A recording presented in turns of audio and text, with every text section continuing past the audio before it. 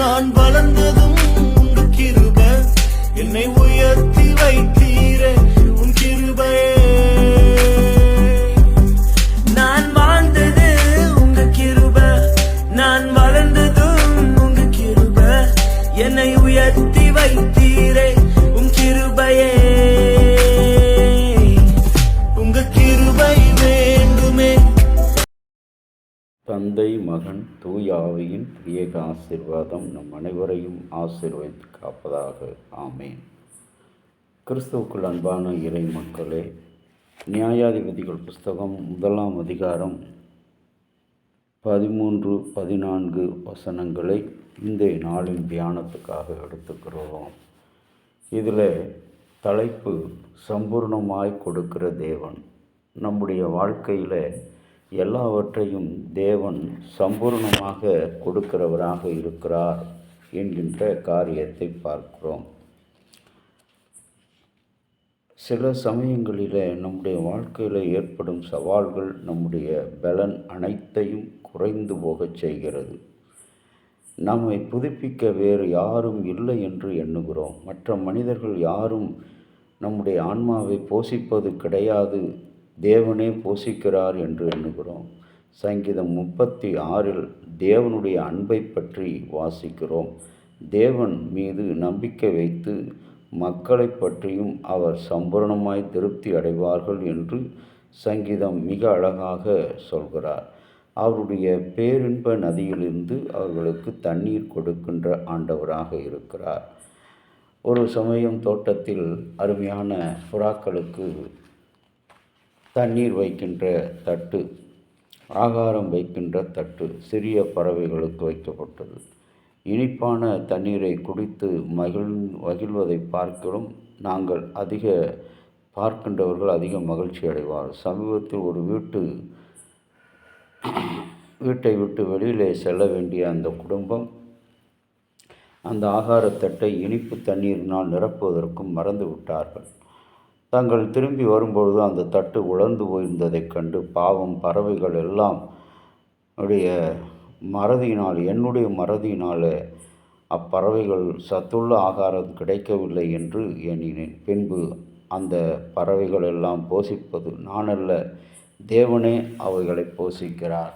இன்றைக்கு கேட்ட இந்த சம்பவத்தை போல அன்பானவர்களை, காலேப் தன்னுடைய மகளை திருமணம் செய்து கொடுக்க கட்டளை பிறப்பிக்கிறான். இந்த சேர் நாட்டு மக்களை முறியடித்து வருவோனுக்கு என் மகள் அக்சாலை திருமணம் முடித்து கொடுப்பேன் என்கின்றார். அந்த திருமண காரியத்தை முடித்து கொடுத்து அனுப்பும் பொழுது குதிரையை விட்டு கழுதை விட்டு இறங்கி தன்னுடைய தகப்பனிடத்தில் வந்து, நீங்கள் மிகவும் வறட்சியான ஒரு இடத்திற்கு என்னை திருமணம் முடித்து கொடுத்தீர்கள். அந்த வறட்சியான தென்னாடு இன்றைக்கு ஒன்று இல்லாத ஒரு இடம். ஆகவே எனக்கு ஒரு நீரூற்று உள்ள நிலத்தை கொடுக்க வேண்டும் என்று சொல்லி அங்கே கேட்கிறாள். அந்த தகப்பனும் அதை மகளுடைய வார்த்தைக்கு இசைந்து கீழ் நீரூற்று மேல் நீரூற்று என்கின்ற 2 நீரூற்று உள்ள ஒரு இடத்தை தானமாக பெற்றுக்கொள்வதை நாம் பார்க்கிறோம். இதுபோல தான் நம்முடைய வாழ்க்கையில் அநேக நேரங்களில் சோதனைகள் வரும்பொழுது கடவுள் எங்கே நம்மை கைவிட்டு விட்டாரோ, அவர் நம்மை மறுதலித்து விட்டாரோ என்றெல்லாம் நாம் புலம்புகிறோம், குழப்பத்தில் இருக்கிறோம். ஆனால் தேவன் நம்மை ஒவ்வொரு நாளும் நம்முடைய தேவைகள், படிக்கின்ற பிள்ளைகளுக்கு தேவையான படிப்பின் ஞானத்தை கொடுக்கிறவர், வேலைக்கு செல்லுகிற பிள்ளைகளுக்கு நல்ல பாதுகாப்பை கட்டளையிடுகிறவர், கடின வேலை செய்கிற மக்களுக்கு அந்த கடின வேலையில் தேவனுடைய பாதுகாப்பு அருளுகிற தேவன். இன்னுமாக என்னென்ன எதிர்பார்ப்புகளோடு இருக்கிறார்களோ, தேவைகளோடு இருக்கிறார்களோ அவர்களுக்கு அவர்களுடைய தேவைகளை கர்த்தர் சந்திக்கிறவராக இருப்பதை நாம் பார்க்கிறோம்.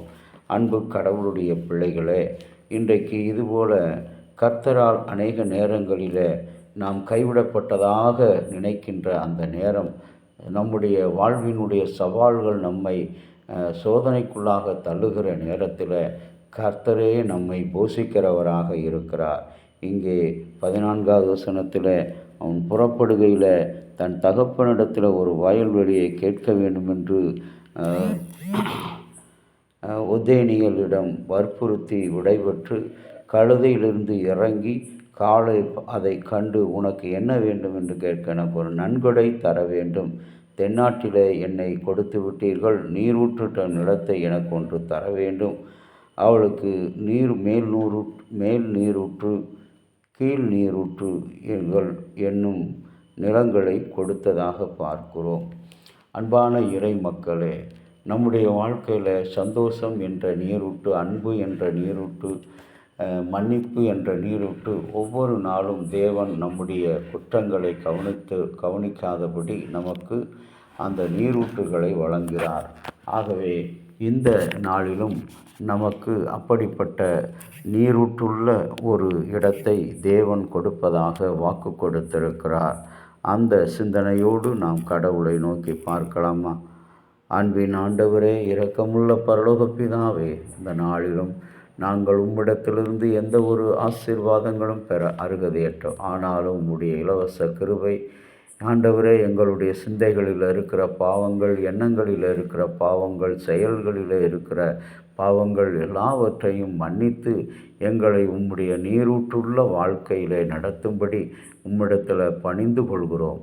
இயேசுவின் நாமத்தில் வேண்டுகிறோம் நல்ல பிதாவே, ஆமேன். தந்தையாகிய கடவுளின் அன்பும் மைந்தராகிய இயேசுவினுடைய அருளும் பரிசுத்த ஆவியினுடைய நல்ல உறவும் பாதுகாப்பு உங்கள் அனைவரோடு இருப்பதாக.